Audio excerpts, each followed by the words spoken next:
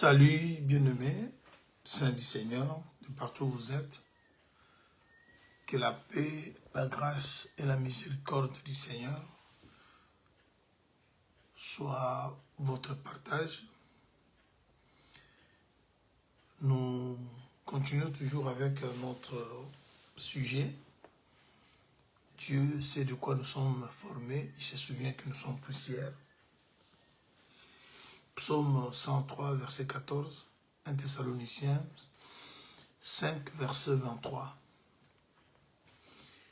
Et Dieu, dans son amour, il veut que nous quittions la poussière pour être placés sur le trône et partager un trône de gloire avec les grands. 1 Samuel 2, 8. Il tire de la poussière le pauvre et du fumier l'indigent. Voilà la démarche que nous sommes en train de faire dans cet enseignement. Dieu veut que nous comprenions que à la base, nous sommes poussière, nous sommes faibles, nous sommes vendus au péché, nous sommes la proie de l'ennemi, mais il est venu mettre en nous son esprit pour que celui-ci nous détache de la poussière. Et nous avons vu la démarche que Dieu a faite. Il prend la poussière, il la transforme en un corps et il donne à ce corps une âme et il vient mettre dans cette âme un esprit. C'est-à-dire Adam, c'est le premier qui a subi cette transformation de la poussière au trône. Et tout celui qui est descendant d'Adam doit également suivre cette même logique. Mais cela ne sera pas fait sans l'aide et l'assistance de Dieu. C'est-à-dire, pour que nous quittions la poussière au trône, il faut l'intervention du Seigneur. Voilà pourquoi, dans 1 Thessaloniciens 5, 23, l'apôtre dit, « Celui qui vous a appelé le fera. » C'est-à-dire, il n'y a que Dieu seul qui peut le faire. Te prendre de la poussière et t'amener jusque sur le trône. Alors, pour que tu arrives au trône, il te faut trois parties. Le corps, l'âme, ainsi que l'esprit. Et ces trois parties sont demandées à être conservées, irréprochables, irrépréhensibles. C'est ça, 1 Thessaloniciens 5, 23. Alors nous avons évolué, nous avons compris beaucoup de choses depuis que nous avons commencé à aborder ces sujets. Et nous sommes arrivés quelque part, le Seigneur parle dans Ézéchiel chapitre 14, tous les chapitres même, mais nous avons choisi quelques versets pour ne pas vous fatiguer avec la longue lecture.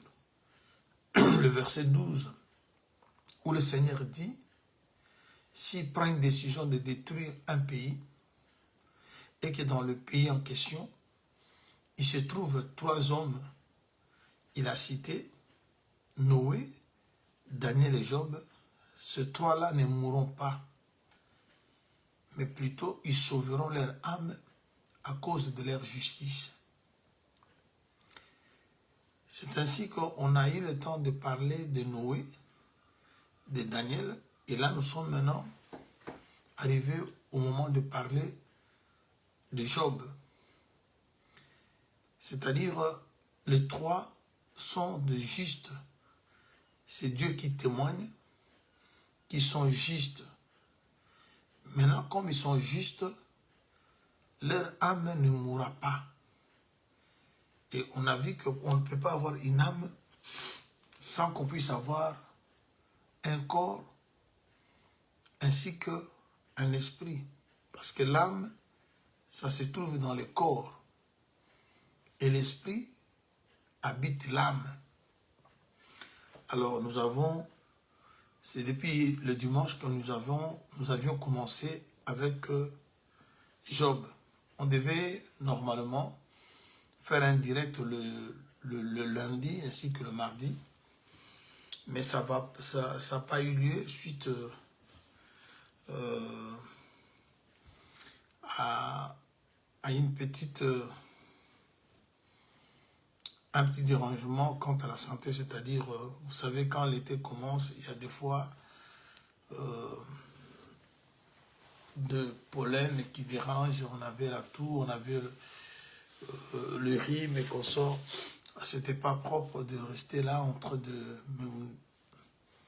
se moucher devant vous tout en enseignant. C'est pour cela on s'était quand même reposé un peu ces 2 jours en attendant que les choses se remettent. Là, le Seigneur a fait grâce qu'on commence déjà à se sentir mieux. Alors, on doit avancer. Aujourd'hui, je ne vais pas être long. Je vais rester, prendre ne fût-ce que 50 minutes, pas plus, même 1 heure. On reviendra par la grâce du Seigneur demain et ainsi de suite. Alors, avec Job, nous avons commencé d'abord au chapitre 1er de Job. Le dimanche, nous avons dit que Job, c'est l'image de l'Église. Job, c'est l'image de Jésus-Christ. Job est l'image des personnes sauvées, justifiées. Alors je prends Job chapitre 1er, le verset 1er au 10e. Il y avait dans le pays d'Ut un homme qui s'appelait Job. Cet homme était intègre et droit. Il craignait Dieu et se détournait du mal. Notre message d'aujourd'hui, nous allons rester dans le verset 1er. Mais permettez que je continue avec ma lecture jusqu'au verset 10, juste pour vous faire voir quelque chose qu'on avait déjà commencé à expliquer. Et on reviendra au verset 1er parce que on va essayer par la grâce du Seigneur d'expliquer ce verset. Il lui naquit 7 fils et 3 filles. Il possédait 7000 brebis, 3000 chameaux, 500 paires de bœufs, 500 ânesses et un très grand nombre de serviteurs. Et cet homme était le plus éminent de tous les fils de l'Orient. Ses fils allaient les uns chez les autres et donnaient tour à tour un festin, et ils invitaient leurs 3 sœurs à manger et à boire avec eux. Et quand le jour de festin était passé, Job appelait et sanctifiait ses fils, puis il s'élevait des bons matins et offrait pour chacun d'eux un holocauste, car Job disait, peut-être mes fils ont-ils péché et ont-ils enfoncé Dieu dans leur cœur. C'est ainsi que Job avait coutume d'agir. Or, les fils de Dieu vinrent un jour se présenter devant l'Éternel, et Satan vint aussi au milieu d'eux.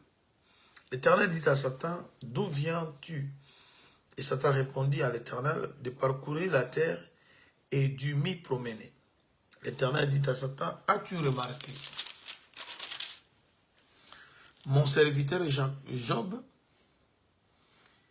il n'y a personne comme lui sur la terre. C'est un homme intègre et droit, craignant Dieu, et se détournant du mal. Satan répondit à l'Éternel, est-ce d'une manière désintéressée que Job craint Dieu? Ne l'as-tu pas protégé, lui, sa maison et tout ce qui est à lui? Tu as béni l'œuvre de ses mains et ses troupeaux couvrent le pays. Voilà. Ça, c'est Dieu qui témoigne Job devant 100 ans. Dieu qui parle de Job devant Satan, il dit que sur la terre, il n'y a personne comme Job. Il est mon serviteur. Et il y a 3 choses que Dieu a énumérées. Je suis au verset 7, 8. Les choses qui sont dites au verset 1er de Job 1, ce sont parce que au verset 1er, ça c'est l'écrivain qui décrit Job, qui parle de ce qu'est Job. Maintenant, au verset 7, 8 plutôt, c'est Dieu qui parle de Job.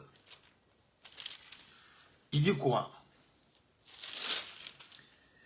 L'Éternel dit à Satan, as-tu remarqué mon serviteur Job? Il n'y a personne comme lui sur la terre.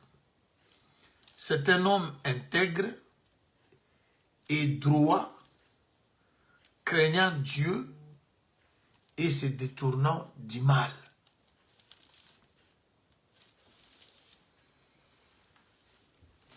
Ça, c'est Dieu qui témoigne. Il parle de l'intégrité. Il parle de la crainte de Dieu. Il parle aussi de la haine du mal. Job s'est détourné du mal.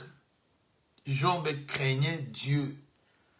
Job vivait dans l'intégrité. Et c'est ce qui a fait que Dieu place Job du groupe de Daniel ainsi que de Noé comme des personnes justes qui ne peuvent pas mourir avec les autres parce que leur conduite est approuvée et comme ils sont justes et leur justice sauvera leur âme. Et vous avez, le dimanche, nous avons dit ceci. Job a eu 3 étapes dans sa vie. L'étape avant l'épreuve. L'étape pendant l'épreuve. Et l'étape après l'épreuve. C'est ce que nous avons d'ailleurs promis que nous allons par la grâce du Seigneur expliquer ces 3 étapes. La première étape, la vie que Job a vécue avant que l'épreuve arrive, avant qu'il perde ses enfants, sa richesse, sa santé et tout ce que vous connaissez. Il y a aussi l'étape, pendant l'épreuve, il était vraiment dans l'épreuve, et comment Job s'est comporté. Il y a eu l'étape qui vient après l'épreuve, quand Dieu l'a restauré. Tout ça, c'est la vie de Job. Maintenant, comme Job est présenté comme modèle, c'est-à-dire, nous tous, nous devons aussi avoir 3 étapes. L'étape avant l'épreuve, pendant l'épreuve et après l'épreuve. Alors, nous voulons maintenant commencer de l'étape avant l'épreuve. Comment était Job? Quand Dieu témoignait sur Job, il a parlé de l'intégrité, il a parlé de la crainte de Dieu, il a parlé de Job se détournait du mal. Et nous voulons voir un peu ces 3 choses-là. Mais avant que nous y arrivons, il y a tout un chapitre dans le livre de Job qui nous présente l'étape avant l'épreuve, la vie qu'avait Job, avant que Dieu puisse le soumettre à cette épreuve. Alors nous allons voir cette vie, et c'est là maintenant que nous allons découvrir que Job n'était pas n'importe qui. Job était l'image de Dieu, de Jésus-Christ, ainsi que l'image de l'Église. Et comme il est donné comme exemple, c'est-à-dire nous, l'Église aujourd'hui, nous devons nous comporter comme Job, et je crois que les détails seront donnés dans la suite de la manière où nous allons pouvoir marcher. Alors, supportez, chers bien-aimés, que je prenne encore le chapitre 29. Dans ce chapitre, Job parle de sa vie passée. Il est en pleine souffrance, il est en pleine épreuve. Maintenant, il parle de sa vie avant l'épreuve. Parce que quand Dieu témoignait Job, Job n'était pas encore dans l'épreuve. Job n'était pas encore dans la restauration. Job était dans sa vie première, c'est-à-dire la vie avant l'épreuve. Et cette vie avant l'épreuve, elle est décrite dans le chapitre 29. Job prit de nouveau la parole sous forme sentencieuse et dit: « Oh, que je ne puisse, que ne puis-je être comme au jour, plutôt au mois du passé, comme au jour où Dieu me gardait, quand la lampe brillait sur ma tête et que sa lumière me guidait dans les ténèbres, et que je ne suis-je comme au jour de ma vigueur,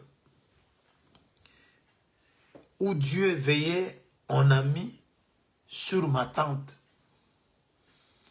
quand le Tout-Puissant était encore avec moi, et que mes enfants m'entouraient, quand mes pieds se baignaient dans la crème, et que le rocher répandait près de moi des ruisseaux d'huile. Si je sortais pour aller à la porte de la ville, si je me faisais préparer un siège dans la place, le jeune gens se retirait à mon approche. Les vieillards se levaient, se tenaient debout. Le prince arrêtait leur discours et mettait la main sur leur bouche. La voix de chef se taisait et leur langue s'attachait à leur palais. L'oreille qui m'entendait me disait heureux. L'œil qui me voyait me rendait témoignage. Quand je sauvais le pauvre qui implorait du secours et l'orphelin qui manquait d'appui, la bénédiction du malheureux venait sur moi. Je remplissais de joie le cœur de la veuve. Je me revêtais de la justice et je lui servais de vêtements. J'avais ma droiture pour manteau et pour turban. J'étais l'œil de l'aveugle et le pied du boiteux. J'étais le père du misérable. J'examinais la cause de l'inconnu. Je brisais la mâchoire de l'injuste et j'arrachais de ses dents la proie. Alors je disais, je mourrai dans mon nid. Dans mon nid, mes jours seront abondants comme le sable. L'eau pénétrera dans mes racines. La rosée passera la nuit sur mes branches. Ma gloire reverdira sans cesse et mon arc rajeunira dans ma main. On m'écoutait et on restait dans l'attente. On gardait silence devant mes conseils. Après mes discours, nul ne répliquait. Et ma parole était pour tous une bienfaisante rosée. Ils comptaient sur moi comme sur la pluie. Ils ouvraient la bouche comme pour une pluie du printemps. Je leur souriais quand ils perdaient courage et on ne pouvait chasser la sérénité de mon front. Je m'allais vers eux et je m'asseyais à leur tête. J'étais comme un roi au milieu d'une troupe, comme un consolateur auprès des affligés. Je vous avais promis qu'on reviendra avec ces chapitres expliqués verset par verset pour que nous voyions Jésus dans Job, pour que nous voyions Dieu dans Job et pour que nous voyions l'Église dans Job et pour que toi comme moi, nous puissions maintenant comprendre que si Job était compté parmi le 3 là, c'est-à-dire Dieu veut simplement que toi comme moi, si nous prenons Job comme modèle, que nous soyons également comptés parmi ceux qui ne mourront pas. Parce qu'il a dit, ces 3 là ne mourront jamais, mais par contre, ils sauveront leurs âmes à cause de leur justice. Et c'est pour cela que vous allez comprendre pourquoi le Seigneur parle dans Matthieu 6, 33, « Cherchez premièrement le royaume et la justice de Dieu. Et toutes les choses vous seront données par-dessus. » Il dit aux pharisiens, aux disciples, « Si votre justice ne surpasse pas celle des scribes et des pharisiens, vous n'entrerez pas. » Alors, je vais d'abord... Ça, c'est la vie que Job a eue avant l'épreuve. Parce que lorsque Job parle dans ces chapitres, tous ce qui sont les choses que nous avons lues ici, du premier verset au 25e verset du chapitre 23, ces choses appartiennent à la vie avant l'épreuve.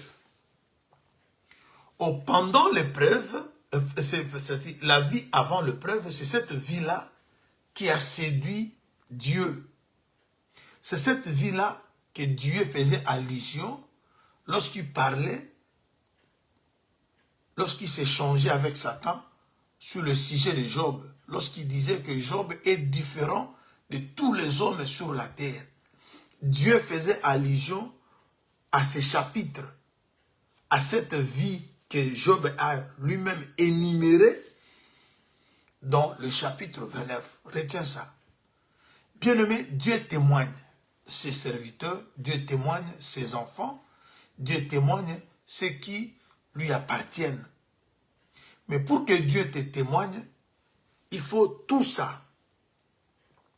Alors aujourd'hui, je vais juste prendre le verset premier de Job 1, qui est aussi le verset 8e de Job 1, où Dieu, lorsqu'il témoigne, Dieu n'a pas donné tous ces détails que nous avons vus dans le chapitre 29, mais Dieu a résumé tous ces détails en 3 mots.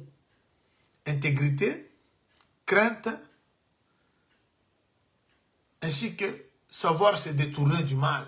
C'est ce qu'il disait à Satan. Alors, nous voulons commencer par là. Qu'est-ce que l'intégrité? Dire que quelqu'un est intègre, ça signifie quoi à la lumière des Écritures? Lorsqu'on parle de l'intégrité, lorsqu'on dit que cet homme est intègre, ça veut dire quoi? Lorsqu'on dit que cet homme se détourne du mal, ou cet homme craint Dieu, ça veut dire quoi? Parce que c'est le témoignage que Dieu donne au sujet de Job à Satan. Il dit, il n'est pas comme les autres hommes. Voilà, il est intègre. Voilà, il est ceci. Voilà, il est cela. Alors, si ces choses-là ont fait que Job soit compté parmi les justes, si ce sont ces choses-là qui ont fait que Dieu dise que Job, s'il est dans un pays que Dieu décide de détruire, Job ne va pas mourir à cause de ces choses, alors Dieu veut que nous aussi, parce que ce que Dieu veut, il ne veut pas que nous mourions. Dieu veut que nous vivions éternellement. Mais pour que nous puissions vivre éternellement, nous devons être comme ces 3 hommes, Noé, Daniel et Job. Alors, on a déjà parlé de ces deux autres, c'est-à-dire Noé et Daniel. Maintenant, nous abordons le sujet concernant Job. Alors, je rentre maintenant au premier verset.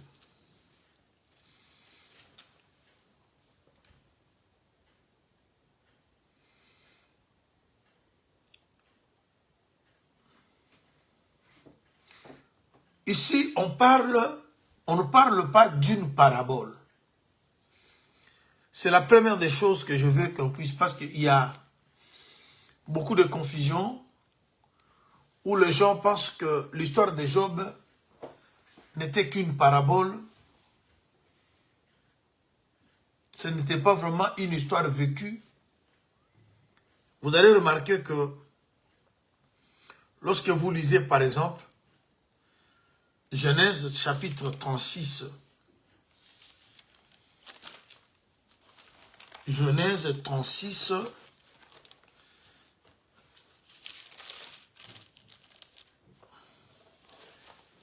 Genèse 36, le verset 28.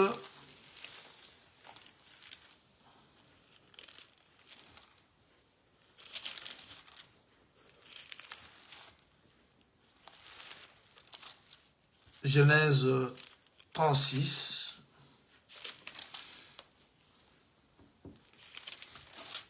Nous sommes au verset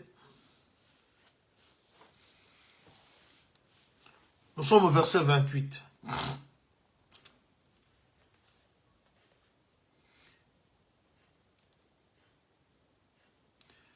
On nous parle ici. Voici les fils de Dishon. Les fils de Dishon, on cite Edan et Shaban.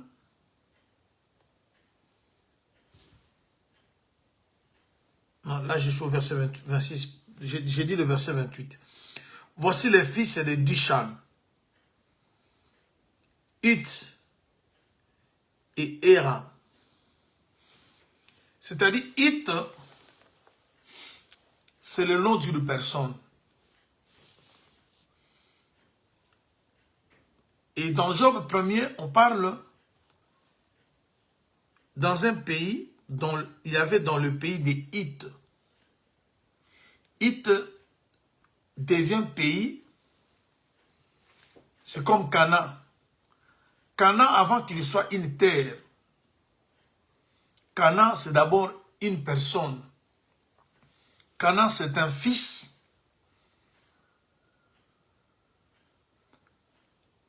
de Cham. Un des fils de Cham. Lorsque vous lisez, vous verrez que Cham qui est le fils de Noé, il a eu des enfants, mais son quatrième fils s'appelait Canaan. Et lorsque c'est plus tard que Canaan devient une terre, c'est-à-dire la portion de terre qu'on avait donnée à Canaan porte maintenant le nom de Canaan. C'est de même avec le pays des Hittes. C'est-à-dire, Hitt dans les Écritures, vous avez vu, c'est d'abord un fils d'un père appelé Dishan. Et quand vous allez remonter, vous allez voir que il est de la lignée d'Israël, d'Abraham, d'Isaac, parce que c'est dans la postérité d'Ésaü. Parce qu'Ésaü, c'est le fils d'Isaac.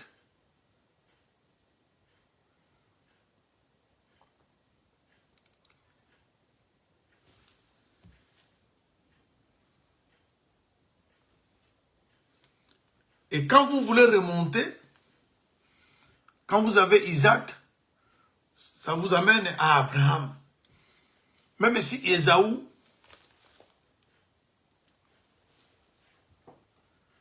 a vendu le droit d'aînesse vous savez, lorsque nous expliquons sur Ésaü et Jacob, Ésaü prend aussi la place du Seigneur, le premier-né, qui devait laisser sa place à son jeune frère pour que son jeune frère soit béni.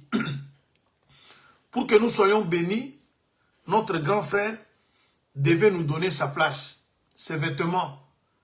Je crois qu'il y a plusieurs fois que nous avons expliqué Ésaü comme Jésus-Christ et Jacob comme nous, qui devons porter, qui devions porter les vêtements de notre grand frère pour que nous soyons bénis. Alors, c'est de la lignée d'Ésaü, c'est de la lignée d'Ésaü ou de la descendante d'Ésaü qu'on trouve Hit. Hit, c'est un homme qui finit par après devenir le nom d'une terre, comme cela fut le cas de Canaan, comme cela fut le cas d'Israël. Israël aujourd'hui, lorsqu'on parle d'Israël, on voit un pays. Mais Israël fut un homme, Jacob, qui est devenu Israël. Et lorsqu'on lui donne une terre, cette terre habitée par Israël devient par après Israël. Mais c'est d'abord un homme, ensuite ça devient une terre. Voilà pourquoi l'homme et la terre sont reliés, parlent d'une même chose. Alors c'est très important, les choses que je suis en train de dire ici, pour qu'on puisse bien évoluer. Alors c'est pour dire que l'histoire de Job, c'était une histoire vécue. Ça s'est passé sur un pays, dans un pays, sur la terre. Parce qu'on dit qu'il y avait dans le pays des Hittes. Ce n'est pas une parabole. Quand Jésus donnait des paraboles, il ne donnait pas le lieu, il ne parlait pas des lieux. Il disait par exemple, un homme est sorti. Mais ici, on parle d'une histoire qui s'est réalisée sur un terrain. Alors, c'est très important qu'on comprenne que l'histoire de Job n'était pas de l'imagination, n'était pas une parabole, c'était une histoire vraie. Un homme a existé sur cette terre au nom de Job. Mais cet homme faisait partie, il vivait dans un pays appelé Hit. Et lorsque vous lisez Genèse 36, le verset 28, vous avez vu que Hit, c'est le nom d'un homme sorti de la lignée d'Ésaü. Ésaü, prophétiquement parlant, Ésaü représente le Seigneur. Parce qu'Ésaü, c'est le fils d'Isaac, son premier-né, qui représente Jésus, ainsi de suite. Alors, ce que nous voulons dire pendant quelques minutes, cet homme s'appelait Job. Ce qui veut dire que Job, il est de la lignée d'Abraham par Ésaü, parce que c'est de la lignée d'Ésaü qu'on trouve Hit. Job, il est l'image de Jésus parce que Ésaü lui-même, en donnant sa place à son jeune frère, il a accompli la mission du Seigneur. En laissant ce beau vêtement à la maison, il a accompli la mission du Seigneur parce que le Seigneur avait deux vêtements. Il y a eu le vêtement qu'il avait porté pour venir dans ce monde comme sacrificateur. Il avait aussi le vêtement royaux qu'il avait laissé au trône. Voilà pourquoi lorsque Jésus était sur la terre, il dit, « Donne-moi la gloire que j'avais auprès de toi avant que le monde fût. » Jésus, c'est le roi, c'est le Dieu, mais il descend sur la terre, il vient avec le vêtement, parce qu'il y a deux vêtements. quand vous lisez Ézéchiel, les sacrificateurs avaient deux vêtements. Il y avait de fin lin, il y avait de laine. Fin lin, ce sont des vêtements qui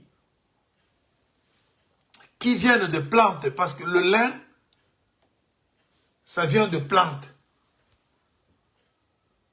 Mais la laine, ça vient des animaux.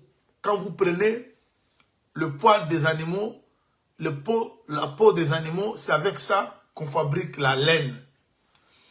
Mais quand on fabrique le lin, c'est avec une plante. C'est-à-dire vous avez l'arbre pour le lin et vous avez l'animal pour la laine. Alors ces deux vêtements doivent être portés par le sacrificateur.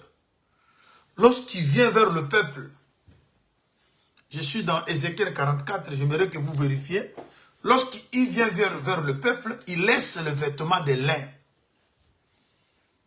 Il prend le vêtement de laine.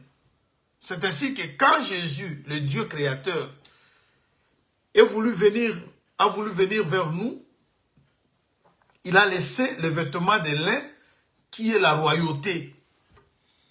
Il a porté le vêtement de laine pour devenir l'agneau de Dieu. Vous voyez, il est Dieu, il est lion, mais pour te sauver, pour me sauver, il va changer le vêtement, il va prendre la posture d'un agneau.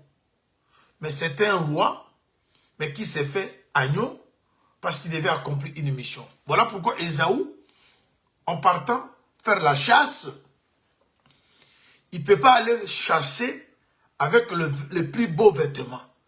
Il laisse le plus beau vêtement à la maison pour que son frère puisse par après prendre ses beaux vêtements.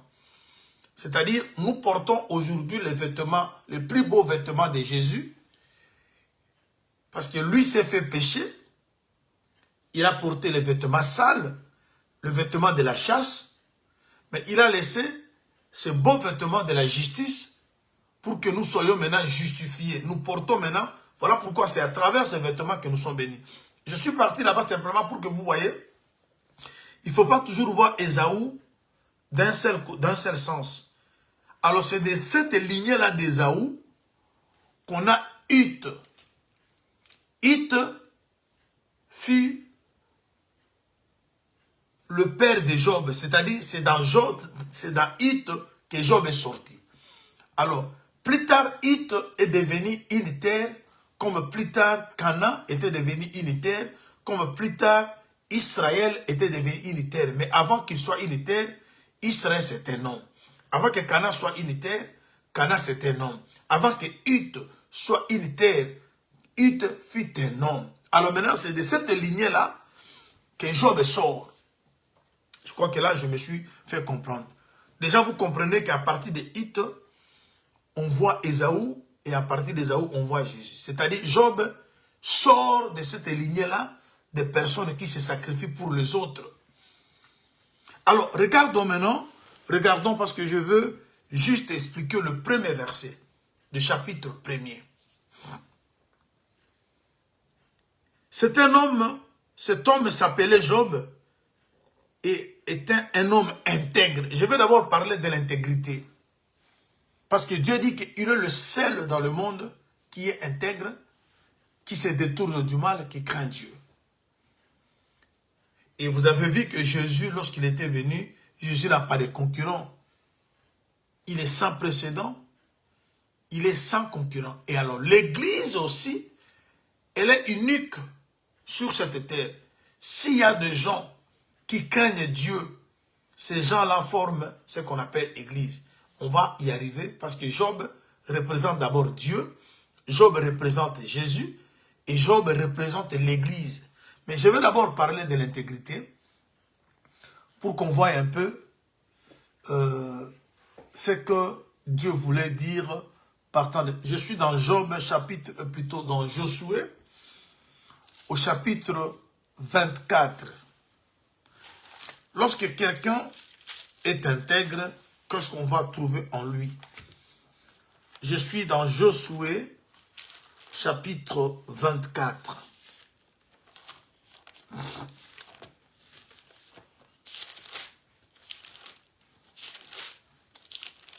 Josué 24.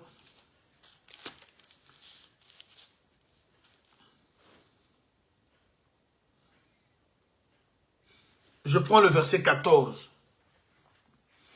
Maintenant, craignez l'Éternel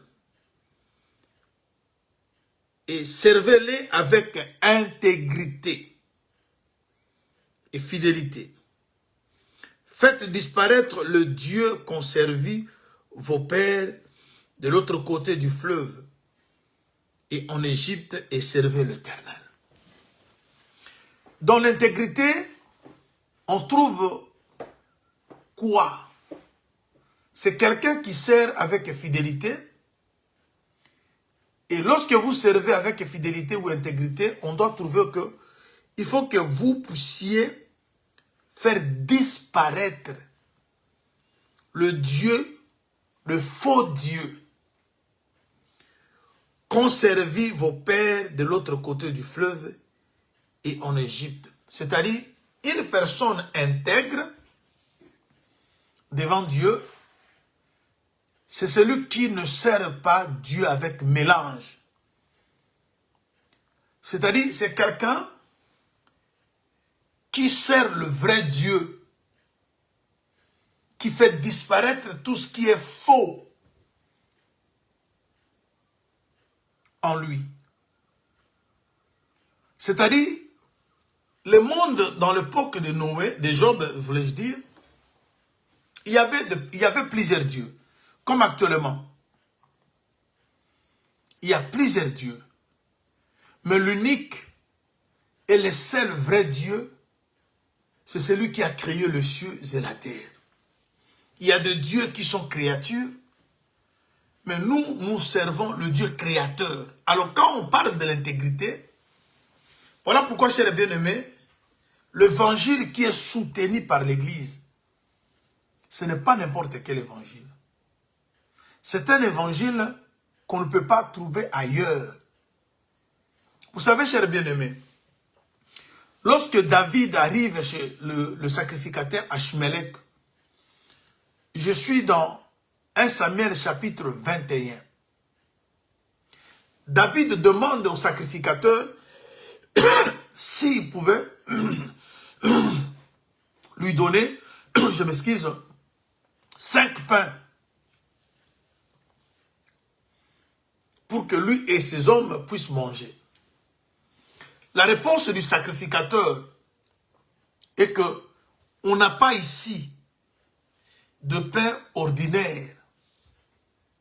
Nous avons que de pain consacré. Mais pour que vous mangez ces pains consacrés, il faut que vous soyez des personnes qui se sont abstenues des femmes. C'est-à-dire, ce n'est pas n'importe... Laisse-moi prendre cette écriture. 1 Samuel 21. 1 Samuel 21. Je suis au verset 1er. David s'est rendu à Nob vers le sacrificateur Achmelech, qui accourut effrayé au-devant de lui et lui dit, « Pourquoi es-tu seul et n'as-tu personne avec toi ?» David répondit au sacrificateur Achmelech, « Le roi m'a donné un ordre et m'a dit que personne ne sache rien de l'affaire pour laquelle je t'envoie. Et de l'ordre que je t'ai donné, j'ai fixé un rendez-vous à mes gens. Maintenant, qu'as-tu sous la main? Donne-moi 5 pains, où c'est qui se trouvera. » Le sacrificateur répondit à David, « Je n'ai pas de pain ordinaire sous ma main, mais il y a de pain consacré, si du moins tes gens se sont abstenus des femmes. » Vous voyez, le pain ordinaire, ce sont des pains qu'on peut trouver n'importe où. Le pain de la riz. Vous savez, bien aimé, il a été dit dans la prophétie chez Ésaïe, lorsqu'on a annoncé la venue du Seigneur, on dit qu'il ne prêchera pas à la rue. La rue, c'est quoi? Quand Jésus ne prêche pas à la rue, ça veut dire qu'il va prêcher à la maison. Oh, le pain ordinaire, vous savez déjà que lorsqu'on parle du pain, on parle de la parole. Aujourd'hui, à travers les émissions que les gens organisent, le Facebook, YouTube, il y a des enseignements qui se donnent. Et ces enseignements sont aussi appelés paroles. Il y a ceux qui ajoutent paroles de Dieu. Mais en matière de pain, il y a de pain ordinaire, il y a des pains consacrés. Les pains ordinaires sont tous ceux que vous voyez les gens prêcher. Il y a des églises que nous appelons les églises de la rue, où ils disent des choses pour plaire aux gens. Ils ont des enseignements et appellent enseignements pour satisfaire leurs fidèles. Mais dans la maison de Dieu qui est le temple, on mange le pain consacré. Et ce n'est pas n'importe qui mange le pain. Les gens qui mangent ce pain, ce sont des gens qui se sont abstenus des femmes. Vous savez ce qui est une femme, c'est que une femme peut dire dans les Écritures. Au temps où Dieu marchait avec Israël comme son peuple, les autres nations étaient des femmes, mais Israël était épouse. Parce que vous savez qu'il y a la différence entre une épouse et une femme. Toute épouse est une femme. Parce que la femme veut dire ce qui est sorti de l'homme. Selon ce que Adam nous a donné explication, on l'appellera femme parce qu'elle est prise de moi. On est femme lorsqu'on sort de l'homme. Mais on est épouse lorsqu'on rentre là où on est sorti. Est-ce que vous voyez? Alors nous ne sommes pas seulement femmes, mais nous sommes épouses parce que nous faisons un retour. Parce qu'une épouse, nous sommes une épouse, voulais-je dire, une épouse, c'est une femme qui vit avec un mari dans un couple. Une femme qui appartient à un époux. Alors maintenant, le pain ordinaire, c'est bien l'enseignement de la rue. L'enseignement des femmes. Parce que les femmes parlent aussi des nations, les femmes parlent aussi des églises fausses. Mais l'épouse, c'est l'église qui appartient à notre Seigneur. Alors maintenant, étant donné que nous appartenons au Seigneur, nous ne mangeons pas le pain ordinaire. Nous mangeons un pain consacré parce que nous sommes devenus sacrificateurs. Quand vous lisez Apocalypse chapitre 1er, le verset 6, il nous a fait un royaume c'est-à-dire des sacrificateurs. C'est-à-dire nous composons une famille de sacrificateurs. Or, les sacrificateurs mangeaient, ce sont eux qui mangeaient le pain consacré. Alors, on dit que David, plutôt, Job était intègre. Nous sommes en train d'expliquer l'intégrité.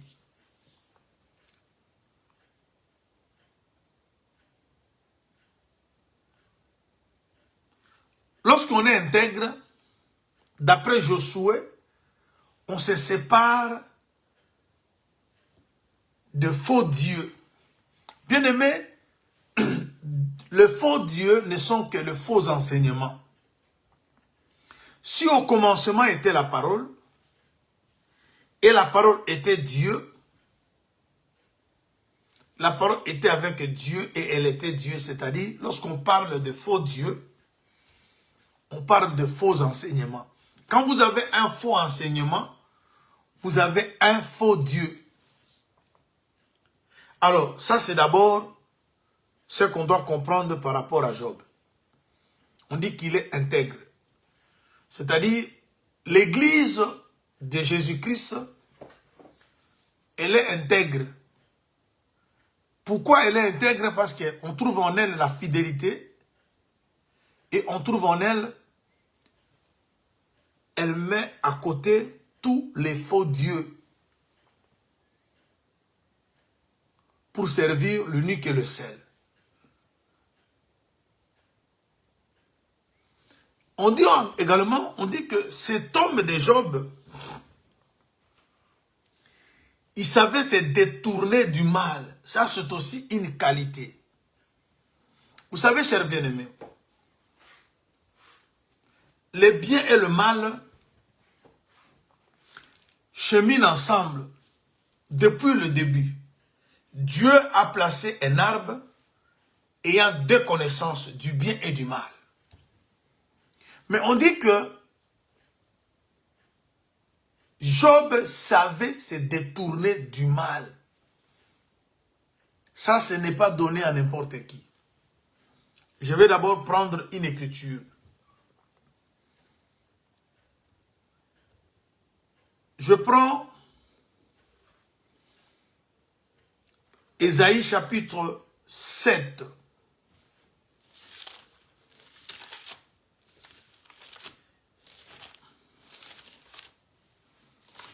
Ésaïe 7, je lis à partir du verset 14.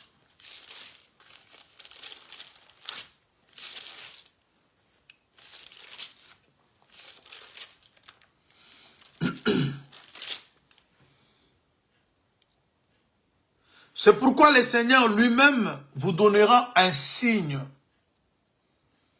Et voici la Vierge deviendra enceinte et elle enfantera un fils. Et elle lui donnera le nom d'Emmanuel. Il mangera de la crème et du miel, jusqu'à ce qu'il sache rejeter le mal et choisir le bien. Ici, on parle, une prophétie qui parle de Jésus. Il va être Emmanuel, qui veut dire Dieu parmi les hommes. Quand Dieu s'est fait Emmanuel, c'est-à-dire, il prend le corps humain, il devient semblable aux hommes, il habite parmi les hommes. Mais en vivant parmi les hommes, il rencontre le mal et le bien, ensemble. Parce que Adam que vous avez vu là,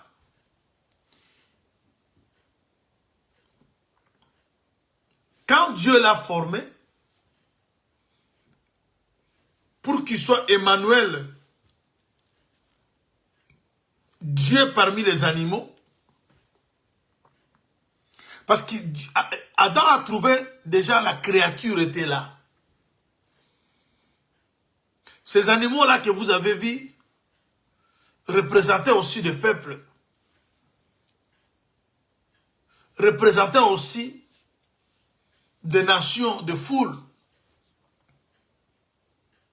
Mais il aurait fallu qu'il y ait quelqu'un qui est fait à l'image et à la ressemblance de Dieu pour qu'il puisse venir donner des noms à ces animaux-là.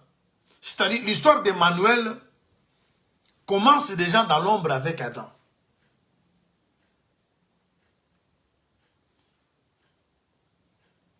Parce qu'Adam était Dieu parmi la création ou, si vous voulez, les animaux. Mais quand il vient, il trouve déjà qu'il y avait un arbre planté dans le jardin qui avait la connaissance du bien et du mal. Maintenant, il faut choisir le bien et rejeter le mal. Parce que là, je suis en train de vous faire voir un des témoignages de Dieu sur Job. Job, il sait se détourner du mal. Or, le mal est toujours à côté du bien. Alors, il faut qu'on soit connaisseur. Il faut qu'on soit initié, éclairé, pour qu'on sache voir que ça c'est le bien, ça c'est le mal. Mais moi, je dois me détourner du mal. Voilà pourquoi l'apôtre Paul dira, tout m'est permis, mais tout n'est pas utile. Dans ce monde où nous vivons, parce qu'il faut que nous soyons comme Job.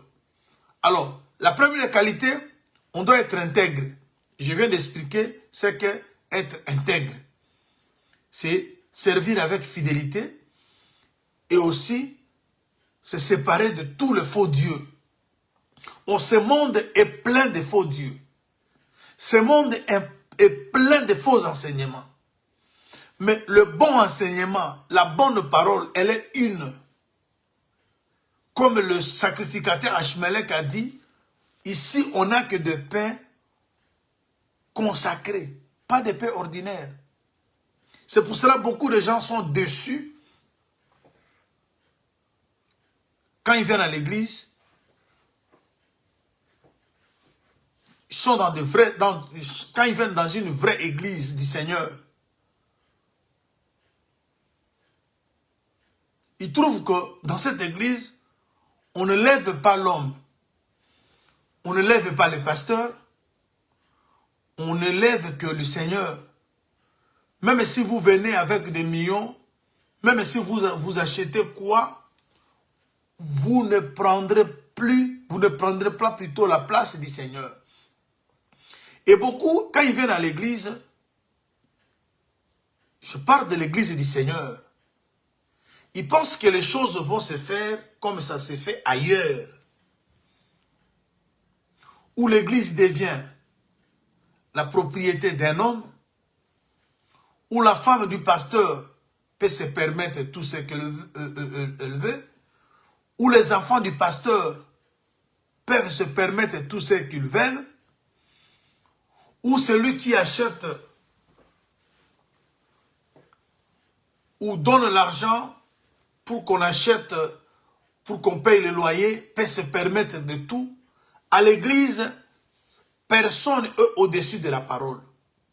Et celui qui prêche, et celui qui écoute, tous sont censés de se soumettre à la parole de Dieu.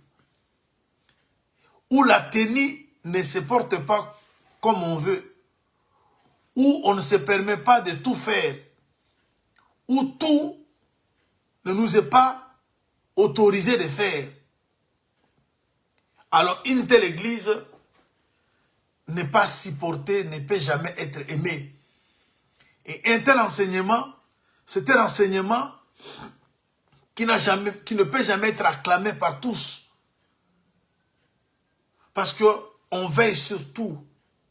On ne s'habille pas n'importe comment. On ne se marie pas n'importe comment. On ne s'associe pas à n'importe qui. C'est-à-dire, tout est réglé. Et c'est ça. Parce que vous savez, bien aimé, quand Jésus voulait donner le pain, lisez son premier miracle, là où il a multiplié le pain. Il a ordonné que les gens se mettent dans le rangée de 100 et de rangée de 50. Vous voyez, 5000 personnes, sans compter les femmes qui ont mangé le pain. Avant qu'on puisse manger le pain, Jésus a dit qu'on les fasse asseoir. Et on les a fait asseoir, ils ont formé le tabernacle. Parce qu'ils étaient placés par rangée de 100 et de 50. Déjà, rangée de 100, c'est la longueur du tabernacle. Et de 50, c'est la largeur. Et c'est au milieu là maintenant que le pain,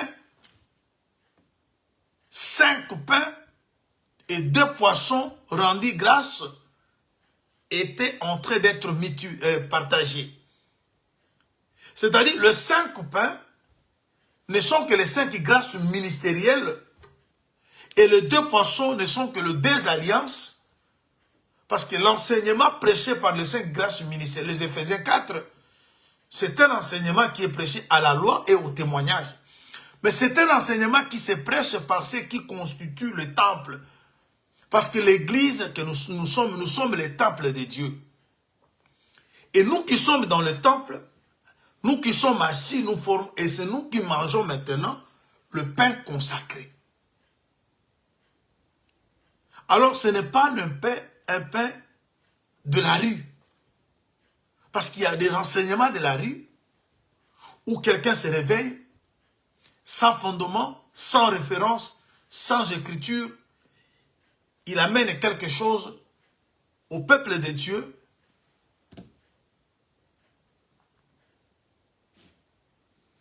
Alors, on dit que Job savait se détourner du mal. Maintenant, lorsque vous lisez la prophétie d'Ésaïe 7 que je viens de lire, on parle de Jésus. Cet homme-là, il devait venir, mais il devait finir par choisir le bien et rejeter le mal. C'est la chose qui allait plutôt être faite avec Adam. Mais comme l'ombre n'a jamais été parfaite, vous avez vu Adam a mangé ce fruit, il a mangé le deux, la connaissance du bien et du mal. Mais il devait par contre choisir le bien et rejeter le mal. Mais comme c'était l'ombre, parce que la vie d'Adam a plusieurs enseignements, il aurait fallu qu'il chute pour qu'on parle de l'humanité. Il aurait fallu qu'il soit là pour qu'on parle. C'est-à-dire, Adam ne parle pas d'une seule chose. Adam parle de Jésus, oui.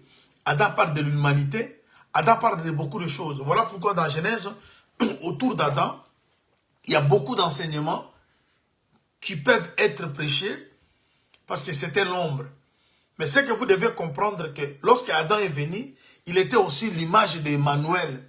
Mais il trouve déjà l'arbre qui avait des connaissances bien et du mal. Et c'est ça maintenant, c'est que le véritable Adam va faire, d'après la prophétie d'Ésaïe 7, il vient, mais il doit continuer à manger la crème et du miel, jusqu'à ce qu'il sache rejeter le mal et choisir le bien.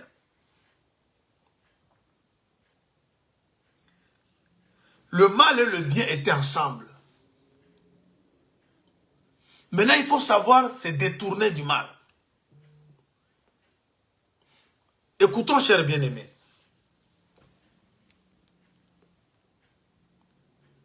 C'est l'église de Jésus-Christ, la vraie, qui sait comment se détourner du mal. Je prends une écriture. Nous sommes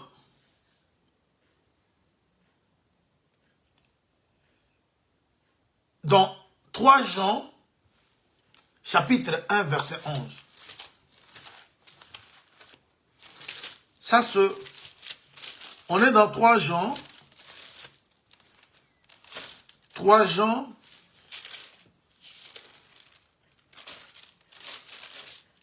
Aujourd'hui, je ne saurais pas expliquer le mal, mais je vous donne l'idée, mais on reviendra, où on va commencer maintenant à expliquer ce qui est mal. Je suis au chapitre 3 de 1 Jean, plutôt, je suis au chapitre 1 de 3 Jean, 3 Jean chapitre 1, le verset 11.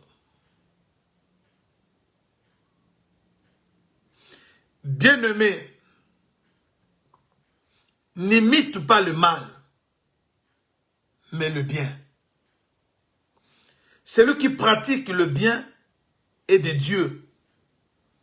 Celui qui fait le mal n'a point vu Dieu. Vous voyez? Le mal et le bien sont toujours ensemble.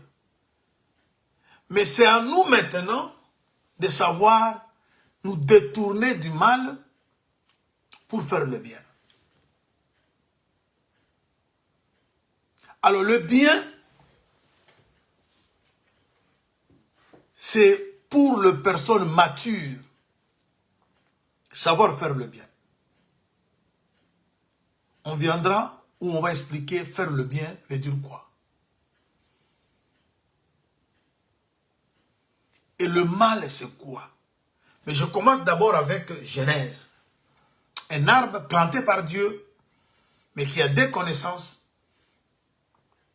Vous voyez déjà que il y a le mal comme enseignement, il y a le bien comme enseignement. Parce que lorsqu'on parle d'un arbre qui a deux connaissances du bien, la connaissance ne peut être transmise que par l'enseignement. Alors, c'est-à-dire, il y a l'enseignement qui transmet le bien, il y a aussi l'enseignement qui transmet le mal. Alors maintenant, Job, lui, savait se détourner du mal. C'est-à-dire qu'au moment de Job, il y avait aussi des prédicateurs. Il y avait aussi des enseignements. Mais lui prenait ce qui est un bon enseignement. Preuve. Job priait. Job faisait des aumônes, des holocaustes pour ses enfants. Je prends encore une autre écriture pour terminer parce que je vous avais dit que je ne vais pas rester longtemps. Je prends qu'une heure. Demain peut-être on pourra... Je prends Hébreux chapitre 5. Hébreux 5. Voilà. Hébreux chapitre 5.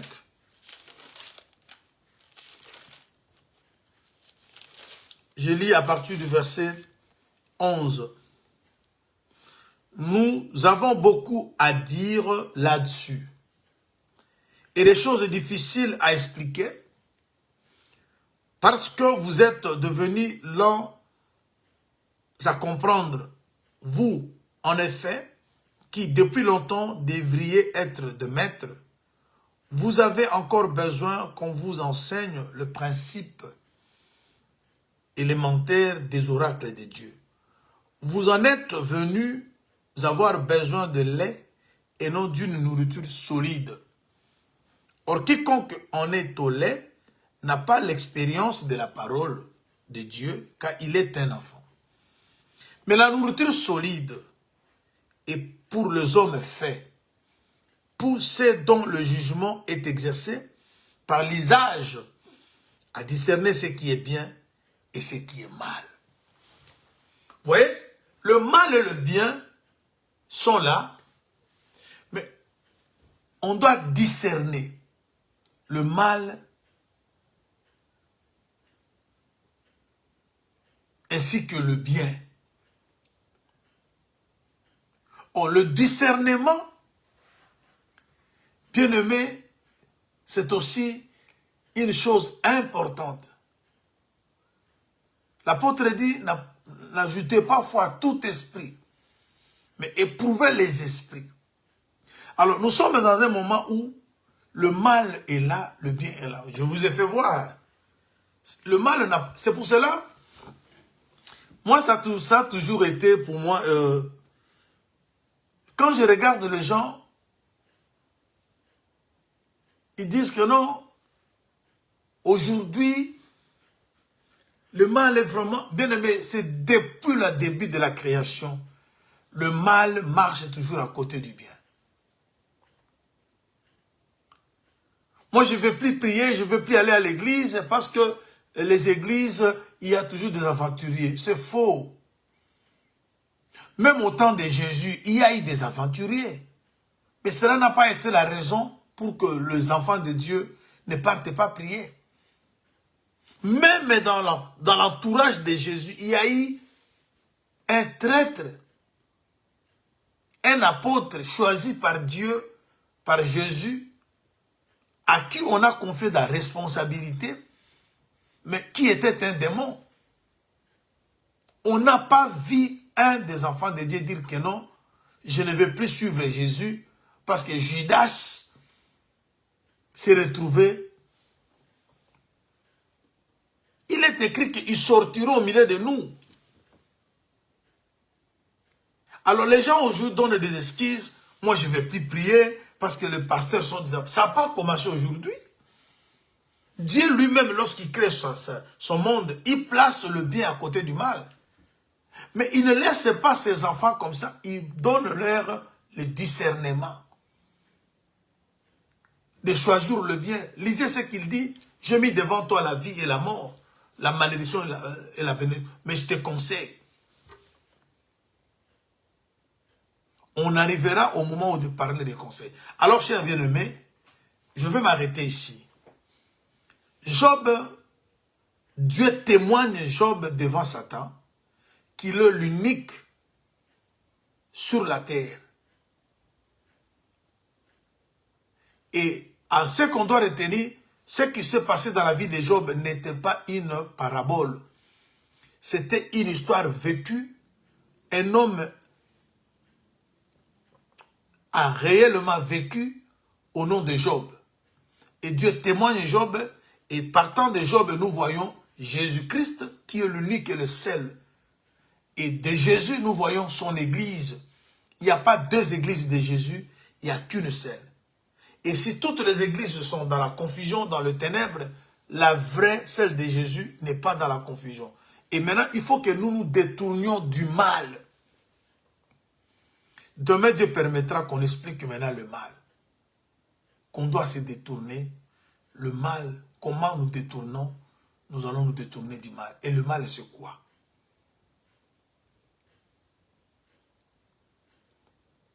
Le mal n'est pas simplement les fausses églises. On peut aussi être dans une bonne église, vous venez, où la bonne parole est prêchée, mais le mal vient en toi.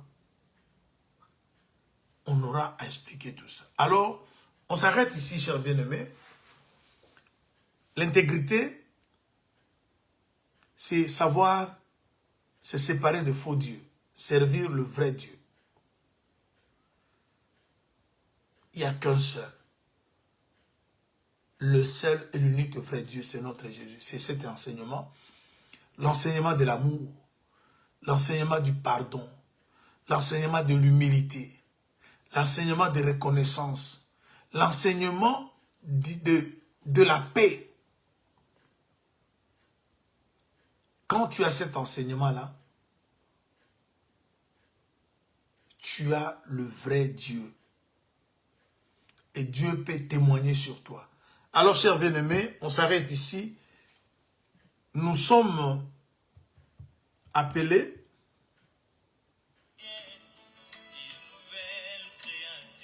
à nous détourner du mal. Regarde le mal qui est tout autour de toi. On a le mal au travail, on a le mal dans la famille, on a le mal partout. Bien-aimé, le mal est là, mais le bien aussi est là. Nous sommes appelés à faire le choix du bien et non du mal. Mais pour qu'on fasse ce choix, il faut qu'on soit mature. Mais si tu choisis la colère, parce qu'il y a le pardon, il y a la rancune. C'est toi de savoir qu'est-ce qui est bien, qu'est-ce qui est mal. Il y a la haine, il y a l'amour. L'un c'est le bien, l'autre c'est le mal. Mais il faut se détourner du mal. Il y a la paix, il y a la guerre. Qu'est-ce que tu choisis pour ton couple? C'est la guerre entre ta femme? C'est la guerre contre ton mari? Ou tu cherches la paix? Il faut savoir choisir le bien et se détourner du mal. Le pardon à la haine, le pardon à la rancune, l'humilité à l'orgueil. Qu'est-ce que tu choisis? Il est dit que celui qui est Emmanuel continuera à manger de la crème et du miel. Demain, je vais expliquer, pour savoir faire un bon choix, il faut manger la crème, il faut manger du miel. C'est la crème et le miel qui vont t'aider à savoir faire un bon choix. Si tu ne manges pas la crème et tu ne manges pas le miel, tu ne sauras pas rejeter le mal pour choisir le bien. Il y a ceux qui ont choisi des conflits. Il y a ceux qui ont choisi les injures. Il y a ceux qui ont choisi l'orgueil. Il y a ceux qui ont choisi le mensonge. Mais il y a la vérité aussi que tu peux choisir. Que Dieu te bénisse. Alors nous sommes Job. Il faut que Dieu témoigne sur nous. Mais il n'y a que trois choses. Intégrité, crainte de Dieu,